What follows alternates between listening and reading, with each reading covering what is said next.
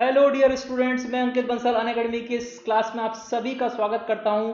Let's crack Rajasthan exams. बच्चों, आज हम बहुत इंपॉर्टेंट टॉपिक की चर्चा करने वाले हैं और ये एक ऐसा टॉपिक है बच्चों जो कई बार हमें इसके बारे में पूरी पूरी इंफॉर्मेशन नहीं मिल पाती है और उस कारण से हम इस टॉपिक में अच्छी पकड़ नहीं बना पाते हैं। आज हम कोशिश करेंगे इस भारत मध्य एशिया संबंध की क्लास में हम भारत और मध्य एशिया के सारे संबंधों को खोजने की कोशिश करेंगे, उनको समझने की कोशिश करेंगे।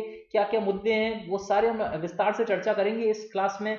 लेकिन हम इस क्लास को स्टार्ट करें उससे पहले एक बार जो नए विद्यार्थी आए हैं आज उनके लिए हम बता देते हैं। मैं Ankit Bansal, BTech in computer science, 7 साल का मुझे ISRS के स्टूडेंट्स को पढ़ाने का अनुभव रहा है। International relations, polity, Rajasthan art and culture ये मेरे सब्जेक्ट स्पेशलाइजेशन है और कई मेरे स्टूडेंट्स ऑलरेडी RS में सेलेक्ट हो चुके हैं, अच्छी रैंक लेकर आ चुके हैं। 7 बार मुझे मुख्य परीक्षा देने का अवसर प्राप्त हुआ है, इसमें से 5 बार IAS की मुख्य परीक्षा और 2 बार RS की मुख्य परीक्षा का अवसर सम्मिलित है। बच्चों, अगर आपने अनअकैडमी का प्लस सब्सक्रिप्शन अभी तक नहीं लिया है तो जल्दी ले लीजिए और उसमें मेरे कोड का आपको यूज करना था। आपने कईयों ने कर लिया है और जिन्होंने अभी तक नहीं किया है प्लीज डू इट फास्ट। और बहुत सारे बच्चे मुझसे जुड़ चुके हैं और जो जुड़ चुके हैं उनके सम्मान और उनके प्यार के लिए बहुत बहुत धन्यवाद। बच्चों जो अभी तक नहीं जुड़ पाए हैं और जो पहली बार देख रहे हैं अभी सेशन को, उनके लिए मैं बता देता हूँ अनअकैडमी का प्लस सब्सक्रिप्शन क्या है और इसके क्या फायदे हैं, कितनी फीस है, किस कोड मेरा जो कोड है वो क्या है और उससे क्या फायदे होंगे और ये क्यों ये जरूरी है प्लस सब्सक्रिप्शन लेना, वो सारी चीजों के बारे में मैं डिस्कशन कर देता हूँ जल्दी से। प्लस सब्सक्रिप्शन, इसका नाम है बच्चों प्लस सब्सक्रिप्शन। और इस प्लस सब्सक्रिप्शन को लेना कहाँ पर है, कैसे लेना है, बहुत आसान स्टेप्स हैं। देखिए, अनअकैडमी की आपको लर्निंग ऐप डाउनलोड करनी है गूगल प्ले स्टोर से। उसे डाउनलोड करने के बाद आप उसे इंस्टॉल करेंगे और यहाँ पर आपको एक ऑप्शन दिखेगा इसी तरह से। जब प्लस सब्सक्रिप्शन ये जो स्क्रीन आएगी आपके सामने उसमें इस तरह का ऑप्शन दिखेगा गेट सब्सक्रिप्शन का। इस पर क्लिक करेंगे तो आपको प्लस सब्सक्रिप्शन का प्रोसेस होगा। आपसे पूछा जाएगा कितने महीने का कोर्स चाहिए, कौन से महीने का, कितनी फीस, कौन सा प्रोमो कोड है, ये सारी डिटेल्स आएगी। लेकिन इससे फायदे क्या होंगे बच्चों, देखिए ये क्यों इंपॉर्टेंट है, क्यों लेना है आपको। यहाँ पर लाइव क्लासेस मिलती हैं बिल्कुल उसी तरह से जैसे आप ऑफलाइन इंस्टीट्यूट्स में पढ़ते हैं। टीचर को पता रहेगा कि आप क्लास में आ गए हैं। आप ऐसा नहीं जैसे अभी अभी ये वाला जो सेशन है इसमें आप सुन लेंगे, मुझे पता नहीं है कितने बच्चे सुन रहे हैं, कौन कौन सुन रहा है, ठीक है। यहाँ पर लाइव क्लासेस में क्या होगा, मुझे पता होगा कि कौन कौन से बच्चे मेरे सामने बैठे हुए हैं, कौन कौन सुन रहे हैं। मुझे आपके जो डाउट्स होंगे आप डायरेक्टली क्लास के बीच में ही मुझसे पूछ सकते हैं। यहाँ पर आपको engage in discussion with the educators, with the teachers just like me, ask your doubts, आप डाउट्स पूछ सकते हैं। बच्चों, इस जिस तरह से ऑफलाइन क्लास चलती है बिल्कुल उसी तरह से आपको यहाँ पर फीलिंग आती है। लाइव टेस्ट एंड क्यूजेज, ये दूसरी खासियत है बच्चों इस कोर्स की। यहाँ पर आपको MCQs की प्रैक्टिस होती है बहुत ज्यादा। काफी सारे MCQs यहाँ पर प्रैक्टिस करवाए जाते हैं हर टॉपिक से रिलेटेड आपको। साथ में मेंस की टेस्ट सीरीज यहाँ पर मिलती है। आंसर राइटिंग, आंसर राइटिंग की प्रैक्टिस कराई जाती है जो कि आपके RAS में अच्छी रैंक लाने के लिए बहुत इंपॉर्टेंट होती है। आपको ये बात पता होगी कि अगर आपको रैंक लेकर आनी है तो मुख्य परीक्षा में उत्तर लेखन का अभ्यास आपके लिए अनिवार्य है और उस अभ्यास के माध्यम से ही आपकी उत्तर कला निखर कर आती है और उसी से एग्जामिनर आपको अधिक नंबर देता है। और 900 में से 800 नंबर का वेटेज इस मुख्य परीक्षा का रहने के कारण ये टेस्ट सीरीज बहुत इंपॉर्टेंट हो जाती है। बच्चों, इस कोर्स में आपको ये टेस्ट सीरीज भी साथ में मिलती है। और अगर आप बंसल 10 कोड जो मैंने बताया, मेरा जो कोड है बंसल 10 कोड, इस कोड का अगर आप यूज कर जुड़ते हैं, इस कोड का अगर यूज करते हैं तो आप मुझसे डायरेक्टली ऐप पर अपने आंसर शो कर सकते हैं। मैं उनको इवेल्यूट करके आपको बताऊंगा कैसे उसे आगे लेकर चलना है, कैसे उसमें जो कमियां हैं उनको दूर करना है। स्ट्रक्चर्ड कोर्स है बच्चों ये पूरा। देखिए यहाँ पर अभी क्या हो रहा है आपको कि जो मेरी क्लासेस आपको मिल रही है यूट्यूब पर वो किस प्रकार की होंगी, आपको नहीं पता कि अगला लेक्चर में कौन सा लूंगा, कौन कौन से टॉपिक्स को मैं यहाँ पर कवर करूंगा और क्या मैं सारे टॉपिक्स को यहाँ पर कवर कर पाऊंगा, कौन सा टॉपिक आगे आएगा कौन सा पीछे आएगा। बच्चों, स्ट्रक्चर्ड कोर्स अनअकैडमी का प्लस कोर्स है। प्लस कोर्स में आपको क्या फायदा होता है कि यहाँ पर मेरी जितनी भी क्लासेस हैं, कौन सी क्लास कब किस तारीख को कितने बजे होगी, उसकी पूरी शीट आपको मिल जाती है। आपको पता रहता है कि मेरा पूरा कोर्स कितने दिनों का है और कौन कौन सा सेशन कब होगा। इस तरह से ये पूरा की पूरा एक गुथा स्ट्रक्चर्ड कोर्स है। बच्चों, ये बहुत इंपॉर्टेंट होता है। अगर आपको पहले से पता होगी कौन सी क्लास कब होनी है तो आपको काफी सहूलियत हो जाती है अपनी एग्जाम की प्रिपरेशन करने में, अपना समय प्रबंधन करने में। बच्चों, अनलिमिटेड एक्सेस, कई सारी यहाँ पर आपको एक्सेस मिलता है, बहुत सारे रिसोर्सेज आपको इसी कोर्स के साथ में निःशुल्क मिल जाते हैं। अब आप देखिएगा, जब मैंने वो गेट सब्सक्रिप्शन वाला आपको दिखाया था अभी स्क्रीन पर, वो गेट सब्सक्रिप्शन के बाद में आपको पूछा जाएगा कि कौन से कितने महीने का कोर्स आपको ज्वाइन करना है। देखिए, RAS का कोर्स ज्वाइन करना है तो RAS के लिए ये 12 महीने का कोर्स ही सबसे सही है, क्योंकि आरएस की प्रिपरेशन में आपको 1 महीने का समय लग जाए, सॉरी 12 महीने का समय कम से कम लग जाएगा। इसलिए अगर आप 1 महीने का, 3 महीने का, 6 महीने का कोर्स ज्वाइन करेंगे तो आपके लिए एक व्यर्थ की तरह हो जाएगा, फ्यूटाइल होगा, कोई फायदा नहीं निकलेगा। 12 महीने का कोर्स करिए या फिर 24 महीने का कोर्स करेंगे तो सबसे बेटर होगा। 12 महीने के कोर्स की फीस है 7,000 रुपये, और अगर आप ये मेरा कोड जो मैंने आपको बताया था, इस कोड का अगर आप यूज करते हैं तो इस कोड के थ्रू आपको 10% का डिस्काउंट मिल जाता है। बंसल 10 कोड का यूज करते हैं तो आपको 10% का डिस्काउंट मिल जाता है, इसलिए आप इस कोड को याद कर लीजिए। बहुत सारे बच्चे इस कोड का यूज कर मुझसे जुड़ चुके हैं और उन्हें डिस्काउंट मिल चुका है, और मुझसे जुड़ चुके हैं, मेरी गाइडेंस में है। और अब जो नए बच्चे आप देख रहे होंगे यहाँ पर, अभी जो नए जुड़ रहे हैं पहली बार, वो इसको ध्यान दें और इस कोड का यूज करके प्लस सब्सक्रिप्शन ले लें। इससे आपको 10% डिस्काउंट मिलेगा और ये 7,000 की जो फीस है आपको 6,300 ही रह जाएगी। और दूसरा बेनिफिट जो मैंने बताया आपको, इस कोड का यूज करके आप मेरी गाइडेंस में चल पाएंगे आसानी से। आपको जो भी डाउट्स आएंगे वो आप मुझे मैसेज कर पूछ सकते हैं मेरी ऐप पे। ठीक है बच्चों, 24 महीने का जो कोर्स है इसकी फीस है 8,400, और बंसल 10 कोड का आप यूज करेंगे -10% हो जाएगा और डिस्काउंट मिल जाएगा अच्छा खासा। ये 7,560 रुपये रह जाएगी, और साथ में दूसरा फायदा मैंने बता ही दिया आपको, आप मेरी ऐप पर कनेक्ट हो जाएंगे, गाइडेंस में रह पाएंगे। ठीक है बच्चों, ये बातें क्लियर हो गई नए बच्चों के लिए। पुराने बच्चे पहले से ही समझ चुके हैं सारी बातें। तो अब हम बात करते हैं हमारे टॉपिक की। जो आज का टॉपिक है वो है भारत मध्य एशिया संबंध, मध्य एशिया के साथ भारत के संबंध। देखो बच्चों, मध्य एशिया के साथ हम भारत के संबंधों की चर्चा करें, लेकिन उससे पहले हमें मध्य एशिया को जानना होगा। ये मध्य एशिया का क्षेत्र कौन सा है, मध्य एशिया में कौन से देश सम्मिलित किए जाते हैं, मध्य एशिया की प्रकृति क्या है, किस प्रकार के ये देश हैं, मध्य एशिया की अवस्थिति क्या है, मध्य एशिया का महत्व क्या है, इन राष्ट्रों का महत्व क्या है। बच्चों, ये सारी चीजें जानना इसलिए जरूरी है क्योंकि कई सारे स्टूडेंट्सों को मानचित्र का क्लियर कट आइडिया नहीं होता, और जो प्री में प्रश्न आते हैं वो जनरली मानचित्र बेस ही हो जाते हैं। कई सारे प्रश्न आपके इन मानचित्रों से ही क्लियर हो जाते हैं अगर आपको सही से इनका अनुमान होता है तो।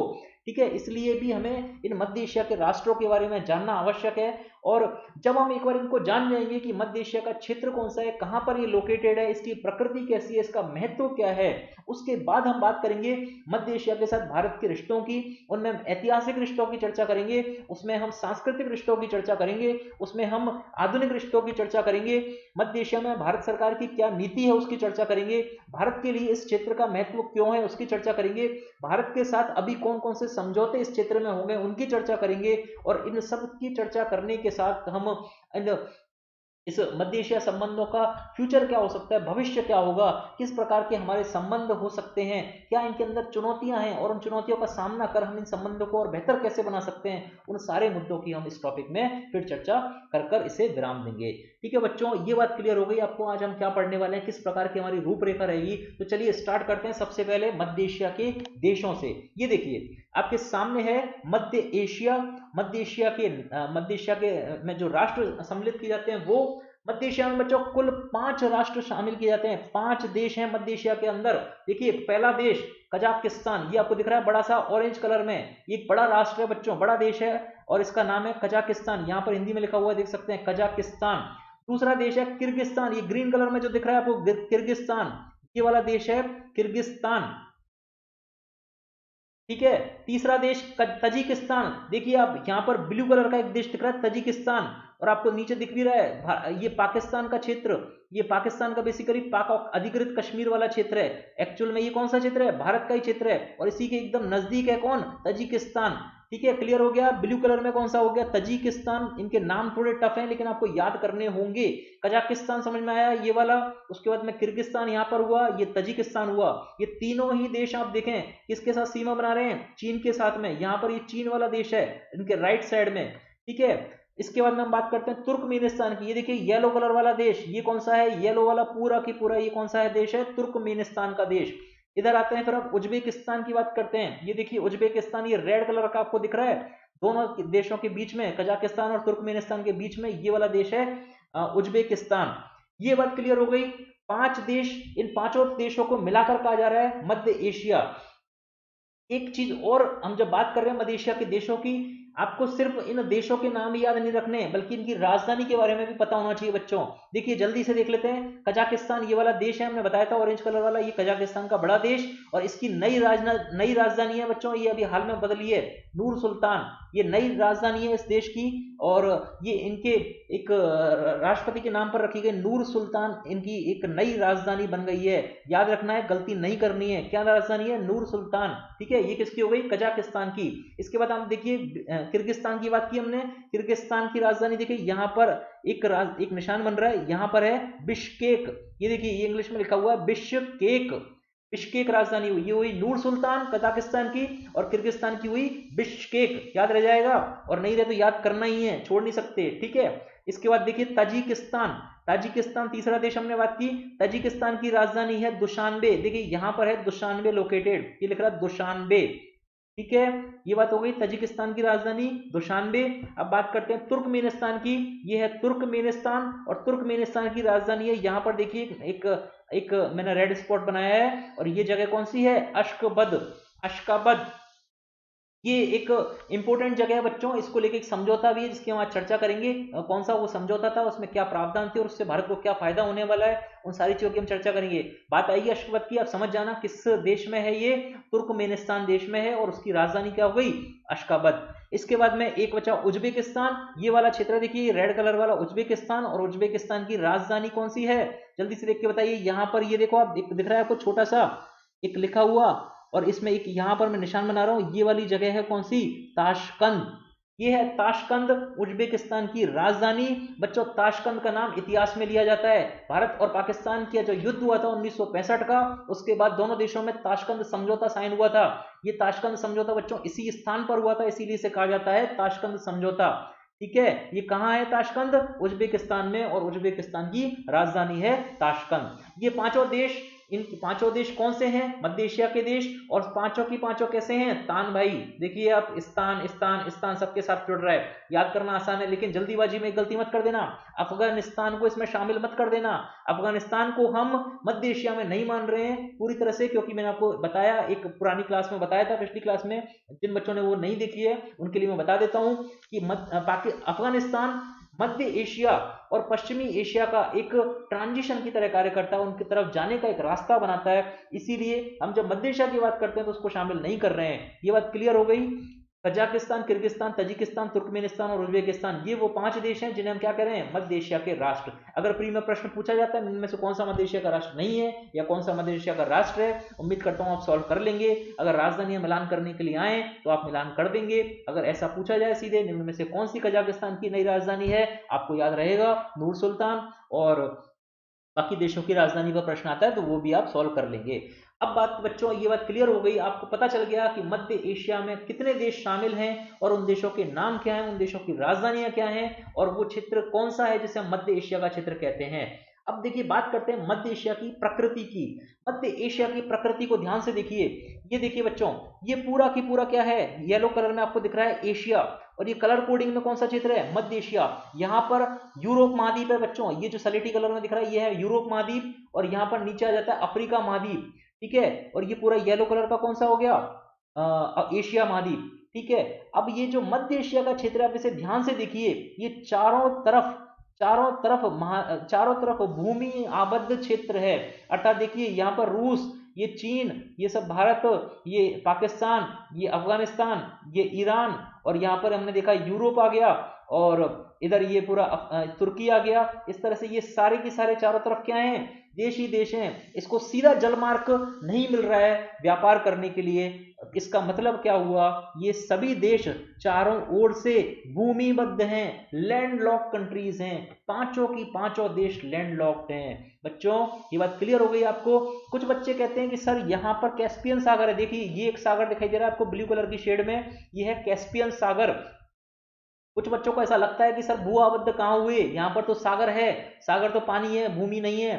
बच्चों देखिए, ये जो सागर है ये बेसिकली सागर के बजाय एक झील का जैसा है, छोटा सा सागर है, इसे झील कहेंगे ज्यादा बेहतर रहेगा। एक झील है, और ये झील भी खुद कैसी है? लैंड से घिरी हुई, चारों तरफ जमीन से घिरी हुई। देखिए इसके चारों तरफ ये पूरे देश ही देश हैं। ये झील का सीधा पानी से कोई कनेक्शन नहीं है।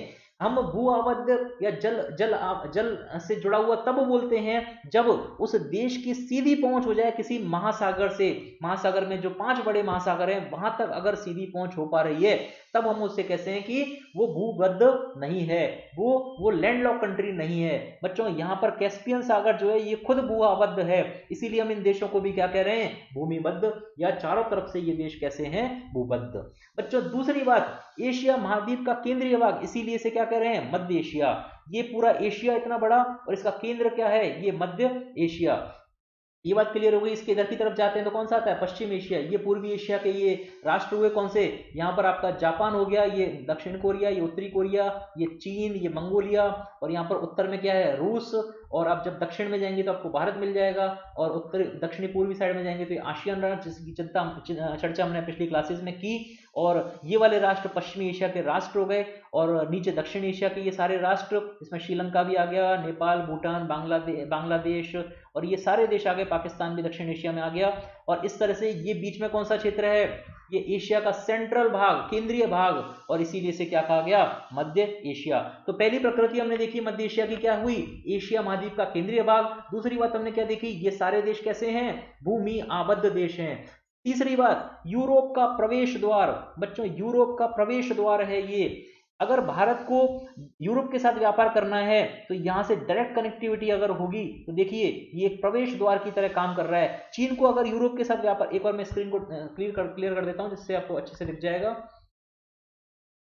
ये देखिए भारत, यहां भारत को अगर व्यापार करना है रूस के साथ तो ये क्या हुआ, एक प्रवेश द्वार की तरह काम कर रहा है इस यूरोप के लिए, इस यूरोप के लिए प्रवेश द्वार की तरह काम कर रहा है। फिर यहाँ देखिए चीन को अगर व्यापार करना है इसके लिए प्रवेश द्वार बना।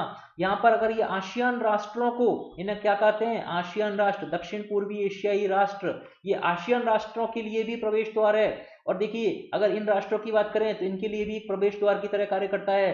रूस भी चाहे तो यहां से इन दक्षिणी यूरोपीय राष्ट्रों के साथ व्यापार कर सकता है इन मध्य एशियाई देशों के माध्यम से। फिर देखिए ये उत्तरी कोरिया, दक्षिण कोरिया, इनके लिए। फिर यहाँ देखिए जापान, जापान के लिए, अर्थात सभी राष्ट्रों के लिए, लगभग अधिकांश राष्ट्रों के लिए, इस पूरे क्षेत्र में जो राष्ट्र विद्यमान है उनके लिए इस मध्य एशिया का इंपोर्टेंस क्या है, ये यूरोप का एक प्रवेश द्वार कहलाता है। बच्चों ये बात क्लियर हो गई। अगली बात, ये प्राचीन रेशम मार्ग का स्थान है। बच्चों यहीं पर पुराने समय में जब हम बात करते हैं पहले के समय की, तो इस स्थान पर रेशम मार्ग हुआ करता था जिसे सिल्क रूट कहते थे। और ये सिल्क रूट इस पूरे क्षेत्र में विद्यमान था बच्चों, और यहीं से, इसी सिल्क रूट के माध्यम से सारे देशों के बीच में व्यापार संभव हो पाता था। इसे पहले सिल्क मार्ग के नाम से जाना जाता था क्योंकि इस जगह पर सिल्क का सबसे ज्यादा व्यापार होता था। सिल्क मतलब रेशम, इसका सबसे ज्यादा व्यापार होने के कारण इसका नाम पड़ गया था सिल्क मार्ग या सिल्क रूट। बच्चों इस क्षेत्र में ये चीन का व्यापार इस रूट से होता था। यूरोप तक जाने का रास्ता ही हुआ करता था। रूस का रास्ता भी यही, रूस भी इसी सिल्क रूट का यूज लेता था। भारत के साथ जो व्यापार होता था यूरोप का या फिर रूस का, वो इस रेशम मार्ग के थ्रू ही होता था, सिल्क मार्ग के थ्रू। इस प्रकार ये स्थान कौन सा है इन देशों का, ये यही स्थान है जहां पर पहले रेशम मार्ग था। इसका मतलब क्या हुआ, सांकेतिक दृष्टिकोण से भी मध्य एशिया पहले से ही एक स्ट्रॉन्ग होल्ड रखता है। एक अलग संकेतात्मक दृष्टि से भी बात करें तो रेशम मार्ग पर स्थित होने के कारण पहले से ही इस क्षेत्र का महत्व अधिक है, आर्थिक दृष्टिकोण से भी और सामरिक दृष्टिकोण से भी। बात करते हैं इसके बाद नेक्स्ट पॉइंट की, शीत युद्ध के बाद सोवियत संघ से विघटन का परिणाम। बच्चों ये जो पांचों देश हैं, ये कौन से देश हैं जो पहले सोवियत संघ का भाग हुआ करते थे। देखिए द्वितीय विश्व युद्ध समाप्त हो गया, उसके बाद में एक शीत युद्ध प्रारंभ हो गया था पूरे विश्व में। और ये शीत युद्ध हुआ था दो गुटों में, एक था साम्यवादी गुट और दूसरा था पूंजीवादी गुट। देखिए ये जो मैं जल्दी समझा रहा हूं। और देखिए साम्यवादी गुट को कौन इसका नेता था, सोवियत संघ, जिसे आज हम रूस के रूप में जानते हैं, सोवियत संघ। और पूंजीवादी गुट का नेता था कौन, अमेरिका। देखिए बच्चों ये जो सोवियत संघ था पहले ये जो मध्य एशियाई राष्ट्र थे ये सोवियत संघ का हिस्सा हुआ करते थे, अर्थात सोवियत संघ एक बड़ा क्षेत्र हुआ करता था। वर्तमान में जो रूस दिखता है वो सोवियत संघ का सिर्फ उत्तराधिकारी मात्र है। जब शीत युद्ध की समाप्ति हुई 1990 में, तब ये सोवियत संघ टूट गया था अनेक राष्ट्रों में। और जब सोवियत संघ टूट गया था, क्योंकि सोवियत संघ में कई सारी प्रॉब्लम्स आने लगी थी, कई आर्थिक समस्या आने लगी थी, राजनीतिक समस्या आने लगी थी, इसीलिए इसकी जो विचारधारा थी, साम्यवाद की विचारधारा, उसका पतन होने लगा और पूंजीवादी विचारधारा ही सबसे सामने आ गई, सबसे बड़ी और एकमात्र विचारधारा के रूप में पूरे विश्व में मानी जाने लगी। बच्चों, सोवियत संघ का इसी समय विघटन हो गया, क्योंकि जो अगर सोवियत संघ ने अपनी विचारधारा को ही खो दिया, साम्यवादी राष्ट्र की जो साम्यवादी जो विचारधारा थी, तो बाकी लोगों को, बाकी देशों को इसके साथ जुड़े रहने का कोई सेंस नहीं बनता था। इसीलिए एक एक करके कई राष्ट्र यहां से निकलने लगे। और ये जो पांचों के पांचों राष्ट्र हैं, ये शीत युद्ध के समय सोवियत संघ का हिस्सा हुआ करते थे और साम्यवादी विचारधारा का पालन करते थे।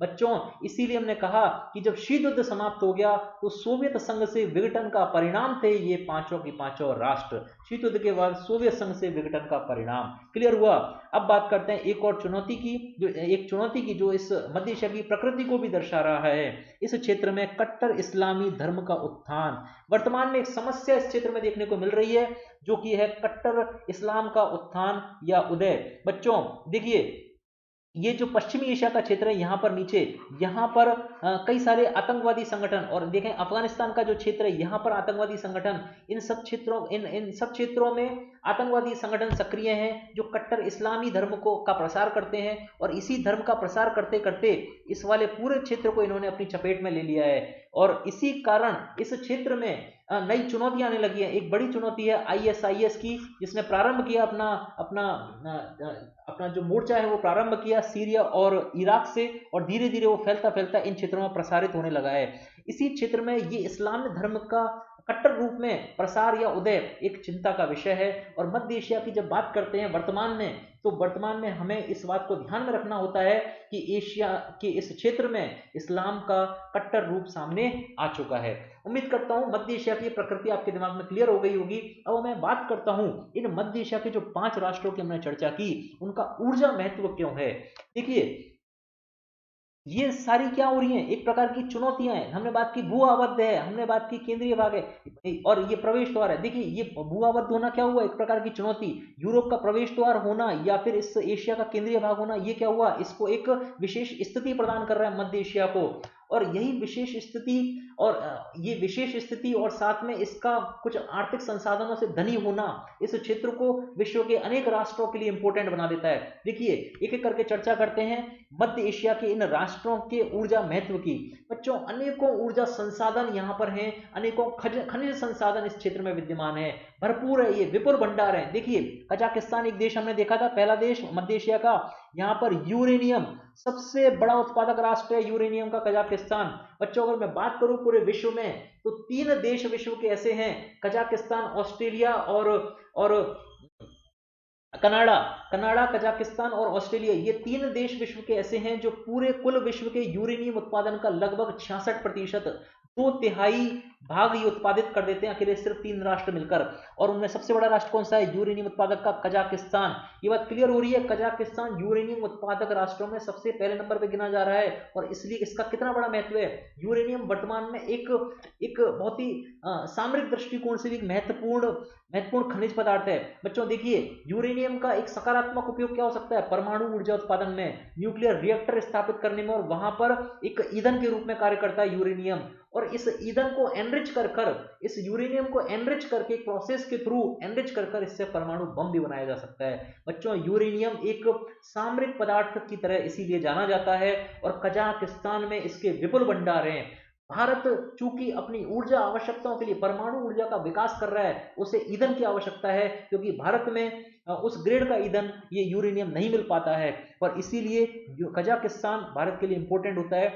और देखिए, यूरेनियम का उत्पादन हमने बताया कजाकिस्तान में सबसे ज्यादा हो रहा है। दूसरी बात, गैस और प्राकृतिक गैस और तेल के विपुल भंडार हैं इस क्षेत्र में। देखिए, हमने मैप में बात की थी, हमने मैप देखा था इन क्षेत्रों का, मध्य एशिया के क्षेत्रों का। इसके पास में कौन सा सागर हमने बताया था, एक कैस्पियन सागर। और एक दूसरा सागर आप देखिए यहाँ पर दिख रहा है आपको अराल सागर, यह है अराल सागर। इन दोनों ही सागरों के पास में, चाहे कैस्पियन सागर की बात हो चाहे अराल सागर, इन दोनों ही सागरों के पास में विपुल भंडार हैं प्राकृतिक गैस के और तेल के।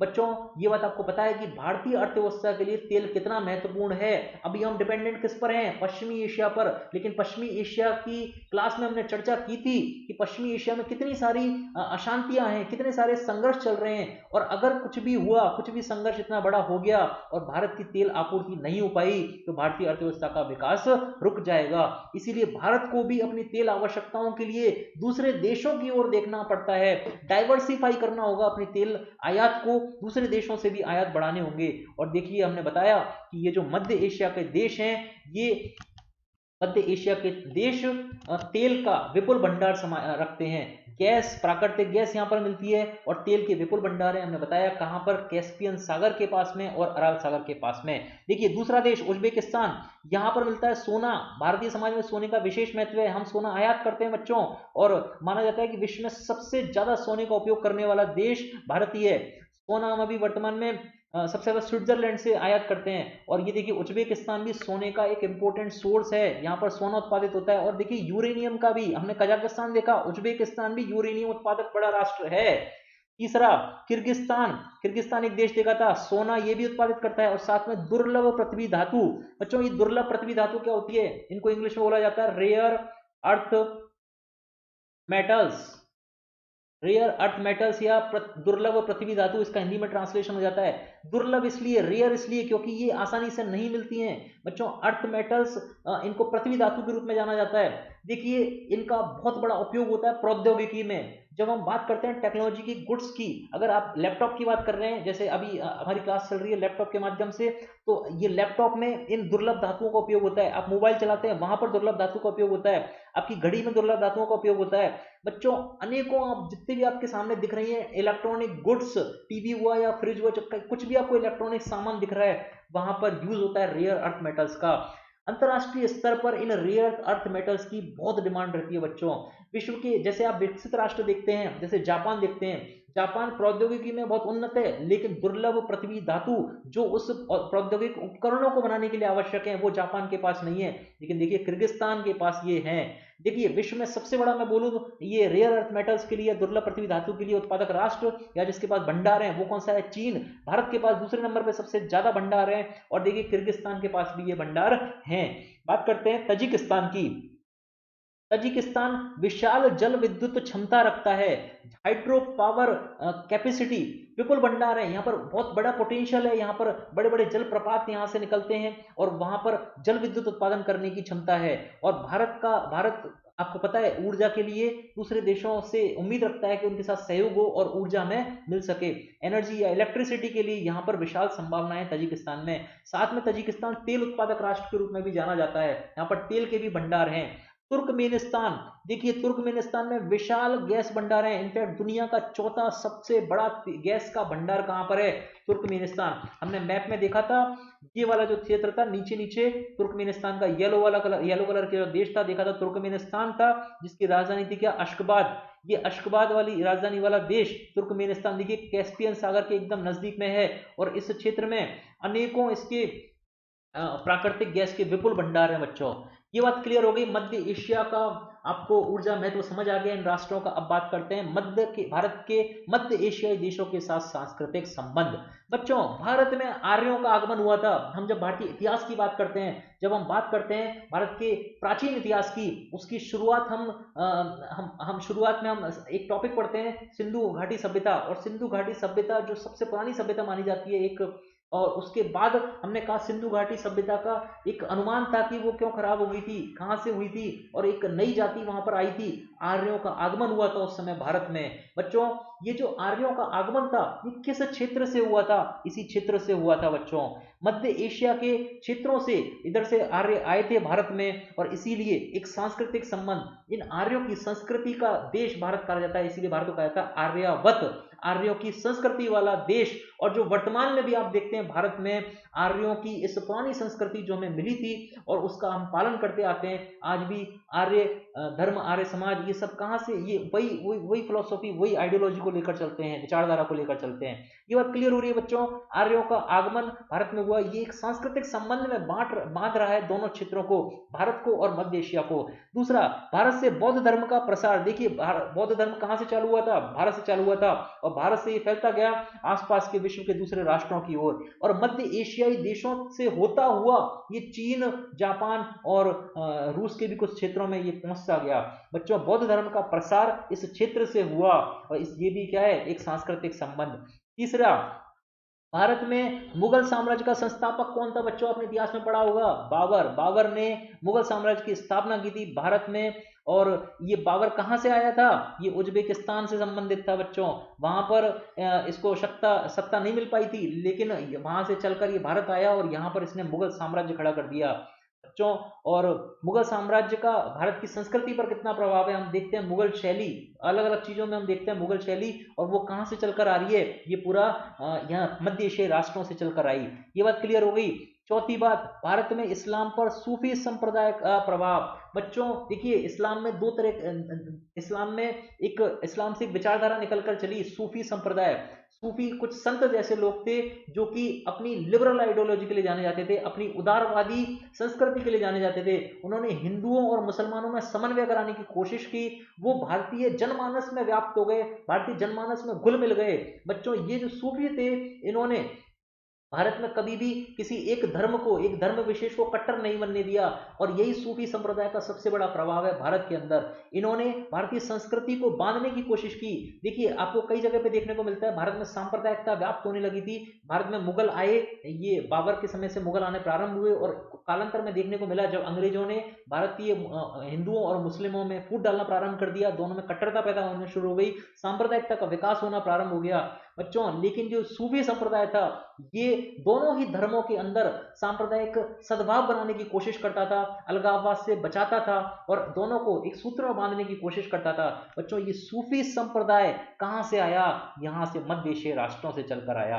ये बात क्लियर हो गई। सूफी संप्रदाय का प्रभाव इस्लाम पर, ये इसी क्षेत्र का प्रभाव है बच्चों।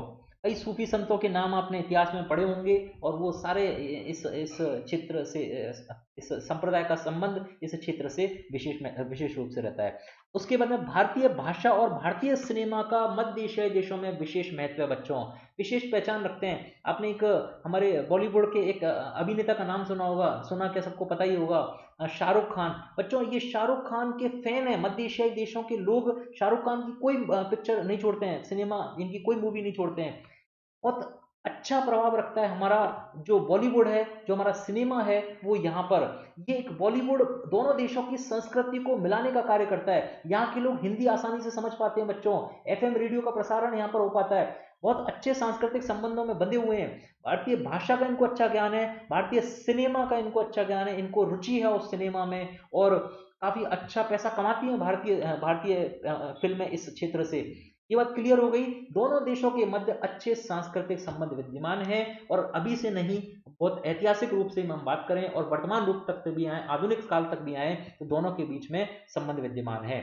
अब बात करते हैं भारत के लिए इस मध्य एशिया का महत्व। भारत के लिए इस मध्य एशिया का क्या महत्व है, हमने जो अभी तक चर्चा की उन्हीं को हम भारत के पर्सपेक्टिव से बात करेंगे, भारत के दृष्टिकोण से हम उनको संकलित करने की कोशिश कर रहे हैं। देखिए, सबसे पहला भारत की ऊर्जा आवश्यकताएं जिसकी हमने चर्चा की, और हमने बताया था कि मध्य एशिया का क्षेत्र तेल और प्राकृतिक गैस में धनी है, कैस्पियन सागर और अरल सागर के पास वाले क्षेत्रों में विपुल भंडार है तेल और गैस के, यूरेनियम के यहाँ पर भंडार है, हमने देखे थे किस प्रकार से यहाँ के देशों में यूरेनियम के भंडार थे, कजाकिस्तान के बारे में हमने चर्चा की थी। जल विद्युत उत्पादन के बारे में हमने बात की थी कि कैसे, ये देखिए हमने बात की यहाँ पर आपके साथ में कि तजिकिस्तान में विशाल जल विद्युत उत्पादन की क्षमता है तजिकिस्तान में, और इसीलिए हमने कहा कि जल विद्युत उत्पादन की क्षमता है इस क्षेत्रों में, और इसीलिए एक परियोजना पर कार्य हो रहा था, सासा। एक बार प्रश्न पूछा जा चुका है, सासा 1000 परियोजना किससे संबंधित है बच्चों, सासा परियोजना है, देखिए, C for Central, A for Asia, S for South, A for Asia, अर्थात Central Asia to South Asia.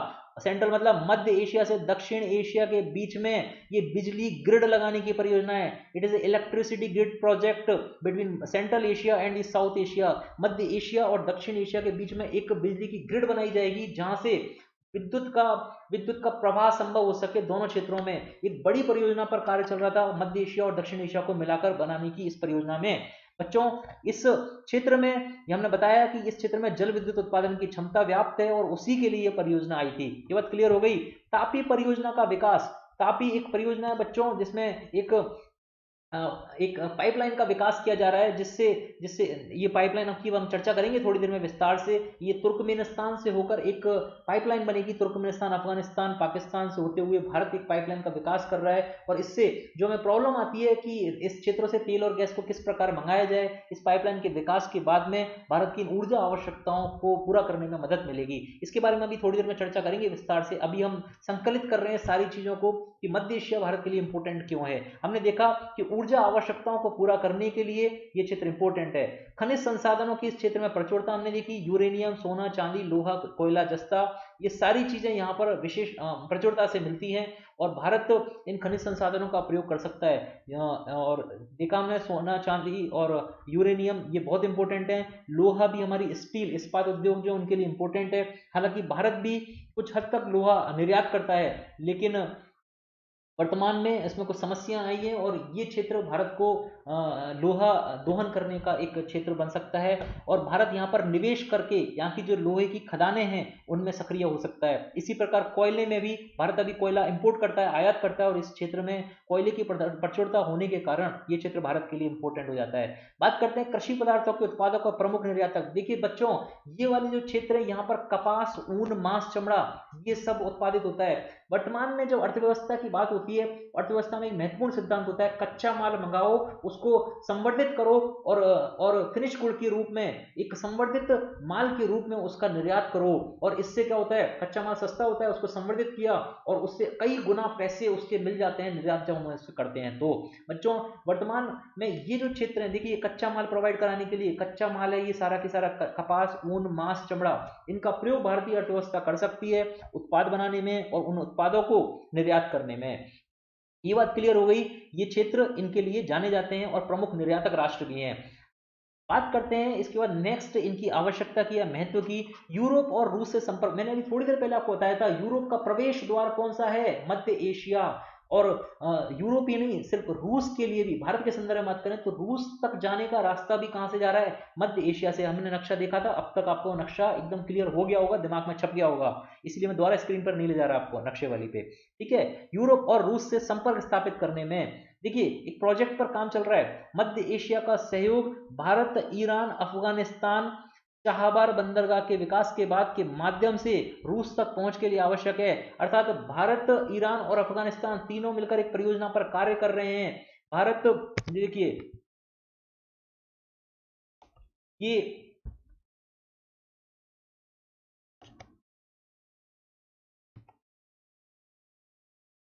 इसको मैं क्लियर कर देता हूं स्क्रीन को जिससे आपको दिख जाए साफ। ये देखिए भारत, ये वाला क्षेत्र कौन सा है, ईरान, यहां पर है चाहबार बंदरगाह। भारत इस बंदरगाह का विकास करेगा और ये देश कौन सा था, अफगानिस्तान का देश। यहाँ से ईरान तक, ईरान के बंदरगाह तक हमारी पहुंच हो जाएगी। इस बंदरगाह से यहाँ पर इस रेल और सड़कों का निर्माण कर हम अफगानिस्तान तक पहुंचेंगे और अफगानिस्तान से इन मध्य एशियाई राष्ट्रों तक पहुंच होगी और इन मध्य एशियाई राष्ट्रों के माध्यम से ये है रूस, यहाँ रूस तक हमारी पहुंच हो जाएगी और इन मध्य एशियाई राष्ट्रों के माध्यम से हम यूरोप तक भी पहुंच पाएंगे। इसी की बात की हमने, जिस प्रोजेक्ट की हम बात कर रहे थे अभी, चाबर बंदरगाह का विकास, वो यही था।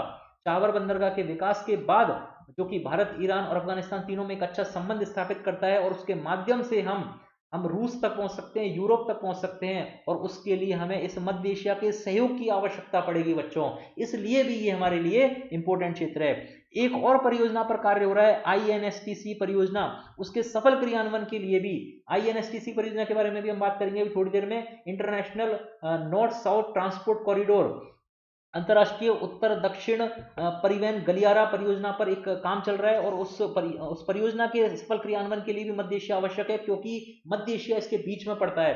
ठीक है, क्षेत्रीय सुरक्षा हेतु हमारा भारत किससे परेशान है? आतंकवाद से। हमने कहा था अभी थोड़ी देर पहले कि यहाँ पर कट्टरता जन्म ले रही है मध्य एशिया के क्षेत्रों में, कट्टर इस्लाम का जन्म हो रहा है और ISIS अलकायदा जैसे संगठन इसमें पैर पसार रहे हैं और आतंकवाद से सुरक्षा हेतु इन देशों का सहयोग भारत के लिए आवश्यक है, जिससे इस क्षेत्र में व्याप्त या जिन कट्टरपंथी विचारधाराओं का यहाँ पर उत्थान हो रहा है उनको रोकने के लिए इन देशों के साथ भारत सहयोग कर सके, या ये देश भारत के साथ मिलकर इस क्षेत्र में पनपने वाले कट्टर इस्लाम या आतंकवाद को रोक सकें। साथ में देखिए मादक पदार्थों की तस्करी से सुरक्षा हेतु भी ये क्षेत्र आवश्यक है। बच्चों ये वाला जो क्षेत्र है इसके पास में ही एक क्षेत्र है, देखिए दोबारा मैप में लेके चल रहा हूं आपको पीछे। ये देखिए ये जो क्षेत्र है ईरान का क्षेत्र था, ये अफगानिस्तान का क्षेत्र है और ये पाकिस्तान। ये एक इस प्रकार का एक वो बनाते हैं, एक क्रिसेंट बनाते हैं, एक अर्धचंद्राकार आकृति बनाते हैं और ये अर्धचंद्राकार आकृति पूरे विश्व में कुख्यात है अफीम की खेती के लिए। यहाँ पर अफीम की खेती होती है और उनकी तस्करी कर दी जाती है आसपास के क्षेत्रों में, भारत में भी, मध्य एशियाई राष्ट्रों में भी, पश्चिमी एशियाई राष्ट्रों में भी, और इस जलमार्ग के माध्यम से अन्य राष्ट्रों तक भी ये तस्करी की जाती है। और ये तस्करी इस तस्करी की वजह से ये जो आसपास के राष्ट्र हैं इनको दिक्कत होती है। मादक पदार्थों की तस्करी से सुरक्षा हेतु इन राष्ट्रों के साथ भारत को सहयोग आवश्यक है, इन राष्ट्रों का सहयोग भारत के लिए आवश्यक है, जिससे इस तस्करी पर भारत लगाम लगा सके इन राष्ट्रों के साथ मिलकर। क्योंकि ये भी राष्ट्र कैसे हैं, जैसे भारत उस अर्धचंद्राकार आकृति के पूर्व की तरफ पड़ रहा है, तो ये वाले जो क्षेत्र थे ये अर्धचंद्राकार आकृति के उत्तर की तरफ पड़ रहे थे, अर्थात दोनों ही समीप हैं, एक दूसरे छोर पर हैं इस अर्धचंद्राकार आकृति, जो कि अफीम की खेती के लिए जानी जाती है, मादक तस्करी के लिए जानी जाती है, मादक पदार्थों की तस्करी के लिए जानी जाती है। इसलिए इन देशों के साथ संबंध बनाकर रखना और वो जरूरी है इस तस्करी से सुरक्षा हेतु। इसके बाद में भारत की संयुक्त राष्ट्र सुरक्षा परिषद में स्थायी सदस्यता के समर्थन के लिए भी ये देश इंपॉर्टेंट है। बच्चों ये देश भारत की संयुक्त राष्ट्र परिषद में स्थायी सदस्यता का समर्थन करते हैं और इसीलिए 5 देशों का समर्थन भारत को एक साथ मिल जाता है एक ही जगह पर, और इसीलिए मध्य एशिया का यह क्षेत्र भारत के लिए इंपॉर्टेंट होता है। इन सारी चीजों के बारे में आपको अनुमान लग गया होगा बच्चों, ये सारे पॉइंट्स आपके एग्जाम के लिए बहुत इंपॉर्टेंट हैं। जब आप इस प्रकार इन सारे पॉइंटों को अपने उत्तर में समाहित कर लेंगे आपको निश्चित रूप से बहुत अच्छे नंबर मिलेंगे। अब हम बात करते हैं, मैंने एक आपके सामने स्क्रीन पर एक पिक्चर लगाई है। ये पिक्चर भारत सरकार की मिनिस्ट्री ऑफ एक्सटर्नल अफेयर्स से ली है, विदेश मंत्रालय की ओर से ली है,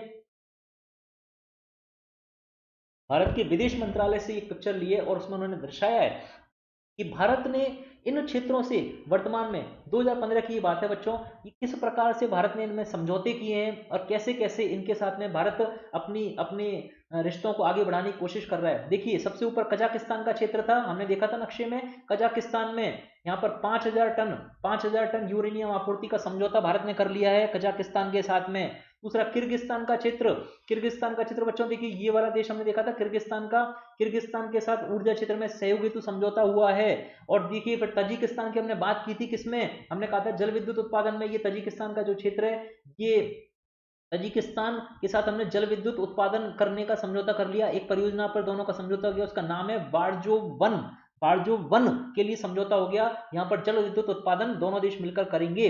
तुर्कमेनिस्तान हमने बताया था, कैस्पियन सागर ये रहा आपका, और इसके पास में ये तुर्कमेनिस्तान का देश, और इस तुर्कमेनिस्तान के साथ में तापी परियोजना पर सहमति बन गई है। 2015 में मोदी जी, हमारे जो प्रधानमंत्री हैं नरेंद्र मोदी, इन्होंने इस क्षेत्र की सारे 5 देशों की एक साथ यात्रा की थी 1 by 1, और 5 देशों की यात्रा करने वाले वो पहले प्रधानमंत्री बने बच्चों। और ये इस प्रकार इन्होंने उसी समय तापी परियोजना पर सहमति बन गई इन दोनों देशों के बीच इनकी यात्रा के समय, तुर्कमेनिस्तान और भारत के मध्य, और इस तापी परियोजना पर कार्य करना प्रारंभ कर दिया उसी साल से, दिसंबर 2015 से ही उनकी यात्रा के जस्ट बाद ही। आप सोचिए कितना एक्टिव हो गया भारत अपनी विदेश नीति में, दूसरे देशों के साथ अपने रिश्ते सुधारने में, काम करने में। ठीक है, अब बात करते हैं उज्बेकिस्तान की। उज्बेकिस्तान में हमने बात की थी, यूरेनियम के लिए एक इंपॉर्टेंट देश है, यहाँ पर ही उज्बेकिस्तान था, ये वाला क्षेत्र, दोनों के बीच हमने बात की थी उस टाइम पे। उज्बेकिस्तान में भी भारत ने 4,000 टन, बच्चों 2,000 टन की बात हुई थी, 2,000 टन यूरेनियम आपूर्ति का समझौता भारत ने किया है उज्बेकिस्तान के साथ में। ठीक है, ये हमने अभी हाल में सारे देशों के साथ में कुछ समझौते साइन किए।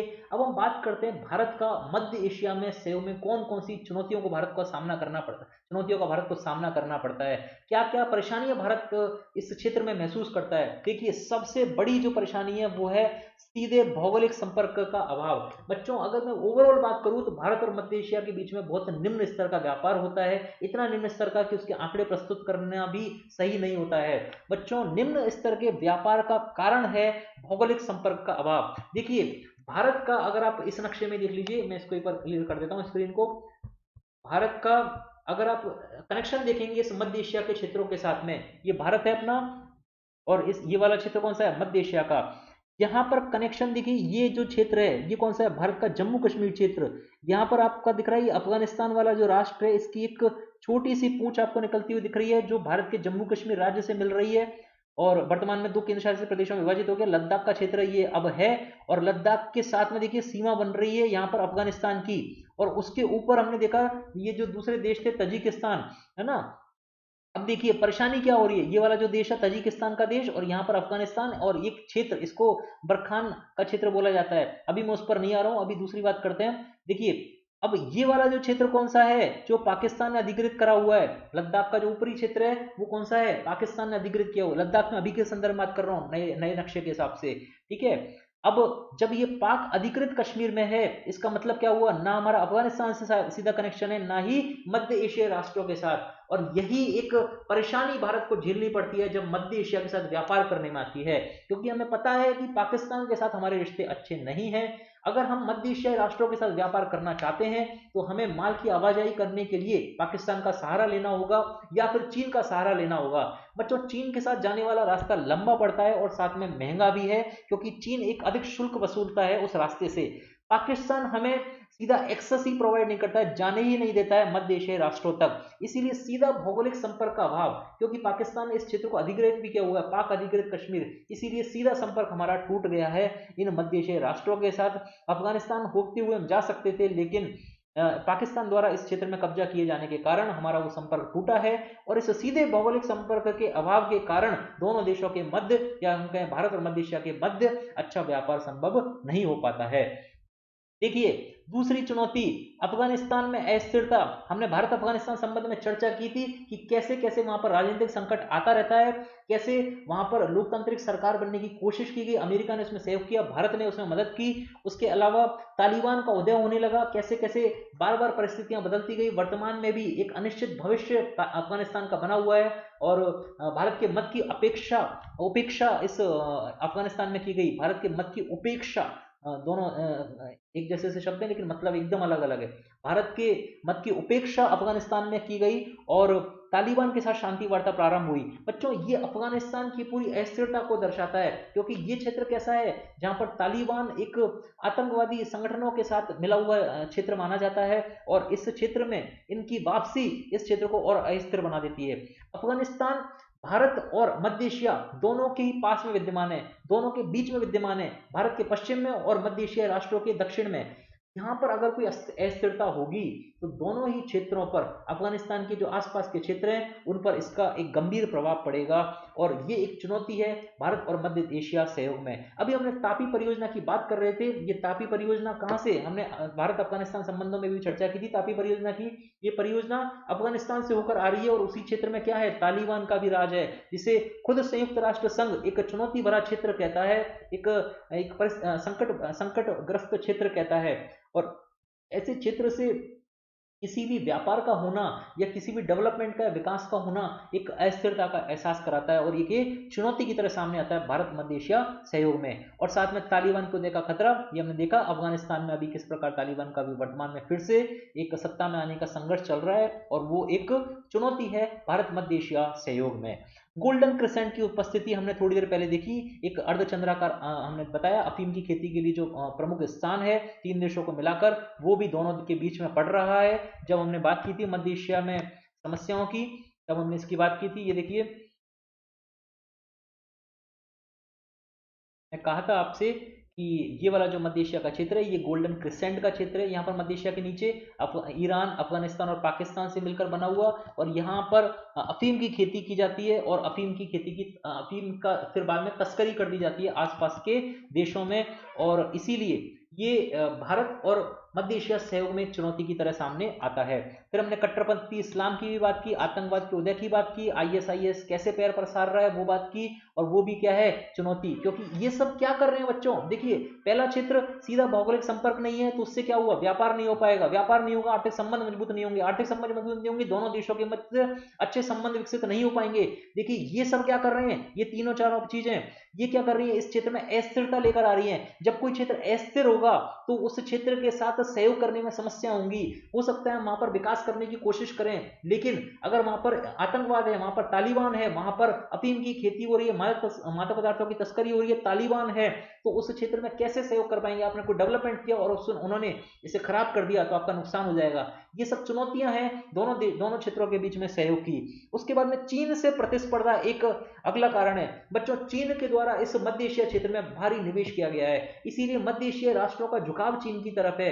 और चीन के द्वारा जो ये निवेश है वो मुख्यतः ऊर्जा क्षेत्र में, जिस ऊर्जा को भारत जिस ऊर्जा का उपयोग करना चाहता है मध्य एशिया की, जैसे कि यूरेनियम हुआ, जैसे कि जल विद्युत हुई, प्राकृतिक गैस हुए, तेल हुए, उन क्षेत्रों में चीन पहले से ही भारी मात्रा में निवेश इस क्षेत्र में कर चुका है। इन क्षेत्रों को वित्तीय सहायता वो उपलब्ध करा चुका है, और ये सब क्या है, भारत से आगे बढ़कर चीन ने पहल कर ली है, और इसका खामियाजा भुगतना पड़ता है भारत को। मध्य एशिया में चीन द्वारा अवसंरचना विकास में भी सहयोग किया जा रहा है। चीन की ओबोर परियोजना में अधिकांश ये सारे जो राष्ट्र थे मध्य एशिया के वो सम्मिलित हो गए, क्योंकि ओबोर परियोजना क्या है, इस प्राचीन सिल्क रूट की जिसकी हमने चर्चा की, उसी का रिवाइवल, उसी का पुनरुद्धार कर रहा है चीन इस ओबोर परियोजना के माध्यम से। और हमने देखा कि मध्य एशिया के राष्ट्र कौन से हैं जो इस सिल्क रूट पर विराजमान थे, अर्थात ओबोर परियोजना के माध्यम से चीन ने भारी निवेश कर दिया इन क्षेत्रों में और इनको अवसंरचना विकास में सहयोग प्रदान किया है। मध्य एशिया और भारत के बीच में कोई संस्थागत मंच भी नहीं होने के कारण दोनों के बीच में वार्ता संभव नहीं हो पाई, और जब वार्ता ही नहीं होंगी तो दोनों के बीच में संबंध कैसे स्थापित होंगे बच्चों।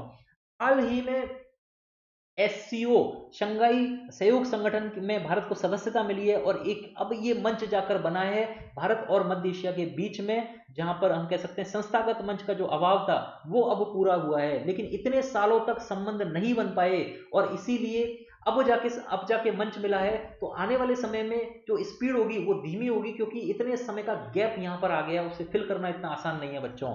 तो ये बात क्लियर हुई, दोनों के बीच में वार्ता का संस्थागत मंच नहीं था, राजनीतिक मंच नहीं होने के कारण भी दोनों के बीच में सहयोग नहीं हो सका, और कई सारी चुनौतियां ये जो थी वो हमने चर्चा की। अब बात करते हैं भारत मध्य एशिया सहयोग की। बच्चों देखिए, भारत की नीति है कनेक्ट सेंट्रल एशिया नीति।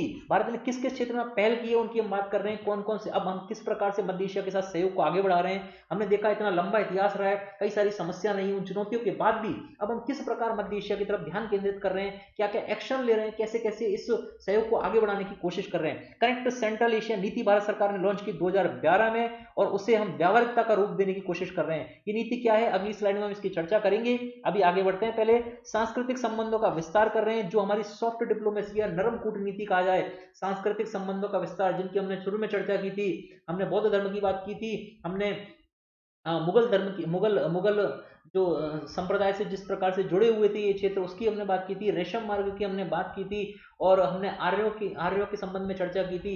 ये सब क्या है और हमने सिनेमा की बात की थी, भाषा की बात की थी, हिंदी भाषा का प्रभुत्व है इस क्षेत्र में। बच्चों ये सारा क्या है, सांस्कृतिक संबंधों का जो एक दोनों क्षेत्रों में एक था पहले से ही, उसी को और अधिक व्यवहारिक रूप देना, विस्तार करना।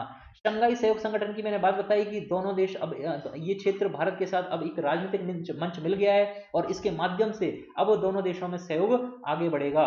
एक हमने टॉपिक की चर्चा की थी, international north south transport corridor परियोजना, ये भारत इस क्षेत्र में विकसित कर रहा है। भारत को इस क्षेत्र में इस परियोजना को लागू करने के लिए मध्य एशिया का सहयोग आवश्यक है, और इन देशों के साथ मिलकर हम आगे इस परियोजना पर कार्य करने के लिए बढ़ रहे हैं। चाबहार बंदरगाह के माध्यम से मध्य एशिया के साथ संपर्क स्थापित करना, ये हम बात कर चुके हैं। एक हमने बात बताई थी आपको कि अशगाबत समझौता पहले उससे हो रखा था, उसमें भारत शामिल हो गया, और उसके क्या फायदे हैं, क्या है अशगाबत समझौता, थोड़ी देर में हम इसके बारे में विस्तार से चर्चा चर्चा करेंगे।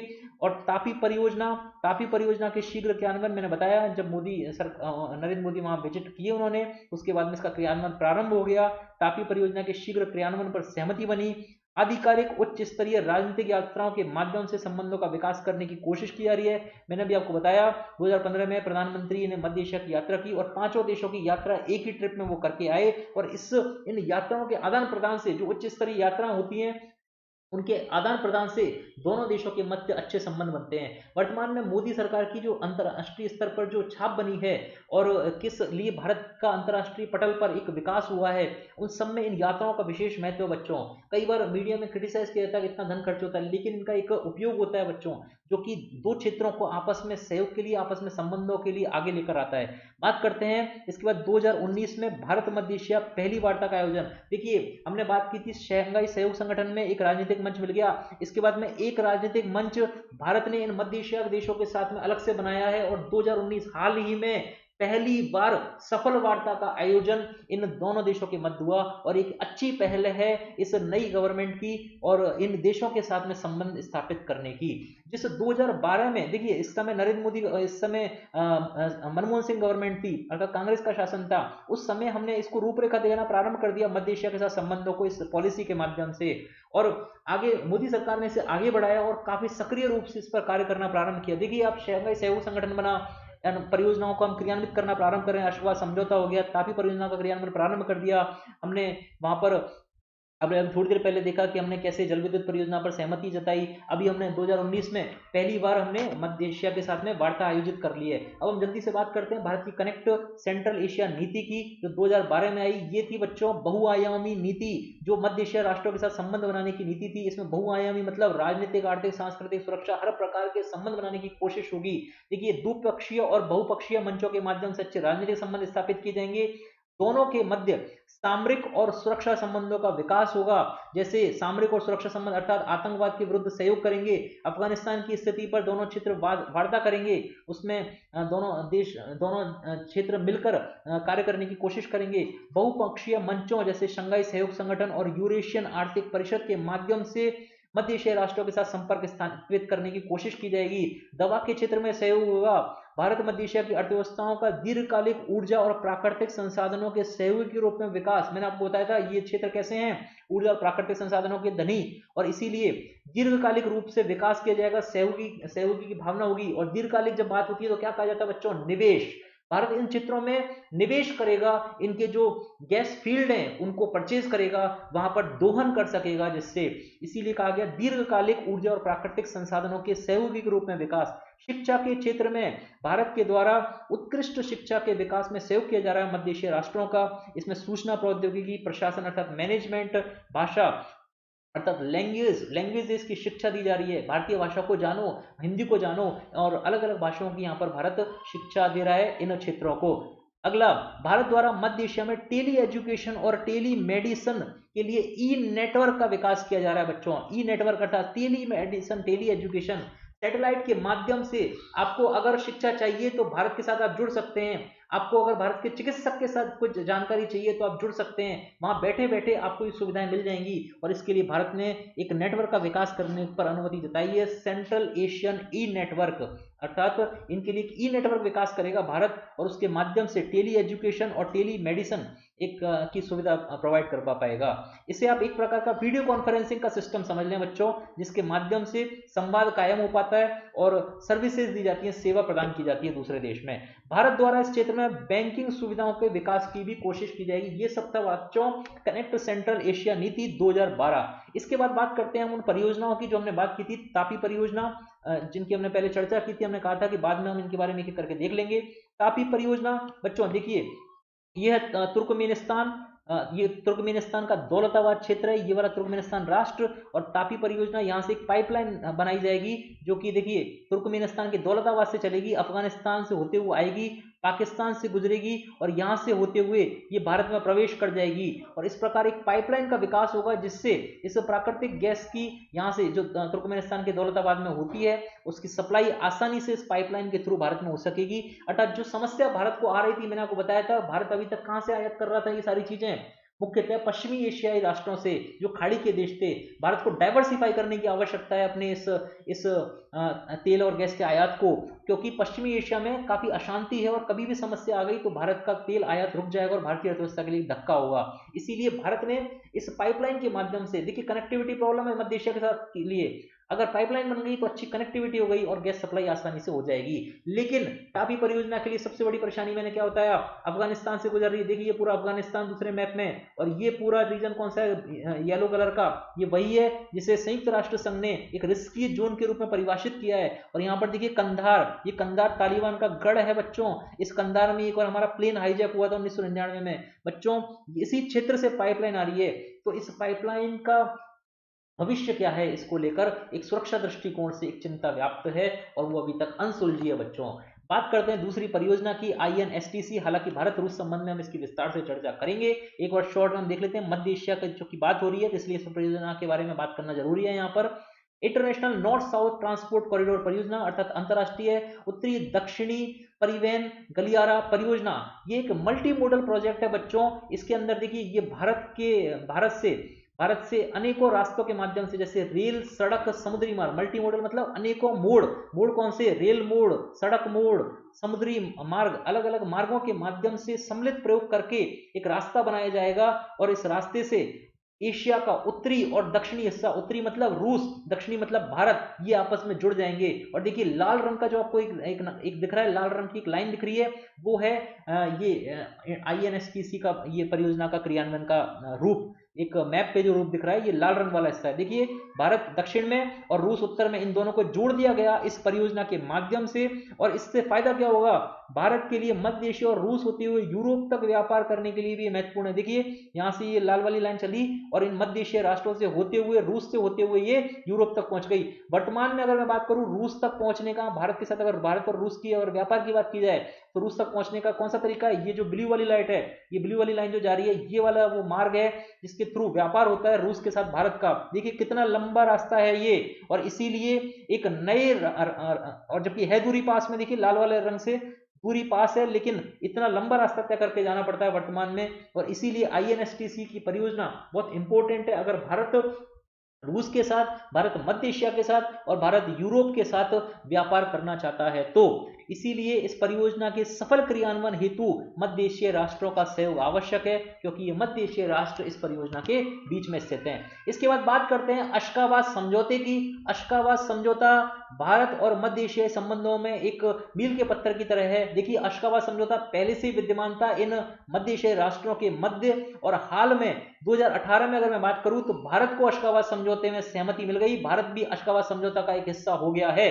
देखिए ये भी एक मल्टी मॉडल ट्रांसपोर्ट समझौता है। मल्टी मॉडल मतलब अनेकों मार्गों के माध्यम से इस क्षेत्र में आवागमन सुनिश्चित करता है, परिवहन सुनिश्चित करता है। मल्टी मॉडल ट्रांसपोर्ट समझौता है, ये 7 देशों के मध्य बच्चों, 7 देशों के मध्य ये समझौता हुआ। और इसे आप ऐसे समझ सकते हैं कि जो INSTC का जो प्रोजेक्ट अभी देखा हमने, उसमें एक कड़ी के रूप में ये कार्य करेगा। उसका एक हमारा एक INSTC के अलावा एक अशकाबाद भी एक हमारा एक रूट बन जाएगा, एक रास्ता बन जाएगा ट्रेड करने के लिए। ये ट्रेड हमारा फिर से यूरोप और रूस के साथ और मध्य एशियाई राष्ट्रों के साथ व्यापार करने में हमारा सहयोगी होगा। देखिए इस कनेक्टिविटी की प्रॉब्लम की, जो हमारी प्रॉब्लम थी, संपर्क नहीं था, इसीलिए व्यापार नहीं है। इसीलिए अलग अलग जो हमने संबंध देखे, चुनौतियां देखी, और हमने बात की थी कितनी सारी महत्व है इस क्षेत्र का, कितनी सारी इसमें संभावनाएं व्याप्त हैं भारत और इस क्षेत्र के साथ में संबंधों को आगे बढ़ाने की। लेकिन फिर भी ये जो सबसे बड़ी चुनौती थी वो थी संपर्क की। और भारत अब INSTC प्रोजेक्ट और अशकाबाद समझौते के माध्यम से इस चुनौतियों को दूर करने की कोशिश कर रहा है। बच्चों देखिए यहाँ पर ये अफगानिस्तान वाला क्षेत्र और ये तजिकिस्तान, देखिए कोई डायरेक्ट कनेक्टिविटी नहीं है क्योंकि ये पाक अधिकृत कश्मीर का क्षेत्र है और बीच में पाकिस्तान यहाँ पर आ गया, यहाँ से व्यापार करना संभव नहीं है। इसीलिए परेशानी थी, चुनौती थी, और इन्हीं चुनौतियों को दूर करने के लिए भारत ने अलग अलग प्रोजेक्ट इस क्षेत्र में लॉन्च करने की कोशिश की है, जिससे इन क्षेत्रों के साथ व्यापार बढ़े, इन क्षेत्रों के साथ संपर्क स्थापित हो और भारतीय और मध्य एशियाई राष्ट्रों के मध्य मजबूत संबंध बन सकें। ठीक है बच्चों, ये अशखाबाद में देखिए, आप जल्दी से देख लीजिए, India, Pakistan, Iran, Oman, Turkmenistan, Uzbekistan, Kazakhstan, ये कुल 7 देश हैं। इनके नाम आपको याद रखने हैं और ये भी ध्यान रखना है, ये मल्टी मोडल ट्रांसपोर्ट समझौता है, हाल ही में भारत इसमें शामिल हो गया और इससे भारत को क्या फायदे हैं हमने बात की। व्यापार आसान होगा किसका, भारत का मध्य एशिया से, रूस से और यूरोप से। ये हमारा था भारत और मध्य एशिया संबंधों के बारे में विस्तार से चर्चा।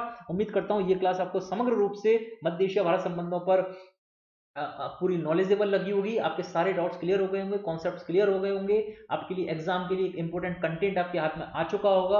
अब आप एग्जाम में इस टॉपिक से अगर प्रश्न आता है तो उसे पूरी अच्छी तरह से लिख पाने में सक्षम हो सके होंगे।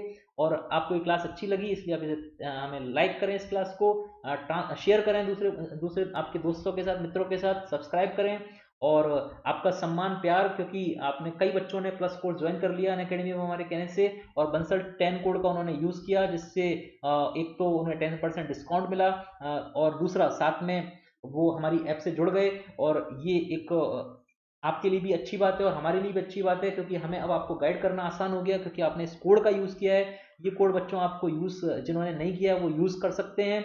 और प्लस सब्सक्रिप्शन लेते टाइम इसे आपको अप्लाई करना है, अनअकैडमी का जब प्लस सब्सक्रिप्शन लेंगे उस समय आप इस कोड को अप्लाई करें और इससे आप हमारे साथ जुड़ जाएंगे और साथ में 10% डिस्काउंट भी आपको मिलेगा। और जिन्होंने नहीं लिया है वो जल्दी से ले लें, और जिन्होंने ले लिया उनके लिए बहुत बहुत धन्यवाद और आपके प्यार सम्मान के लिए शुक्रिया। और अपनी पढ़ाई कीजिए, मेहनत कीजिए, आगे बढ़िए, and all the best to all of you. God bless you, thank you so much.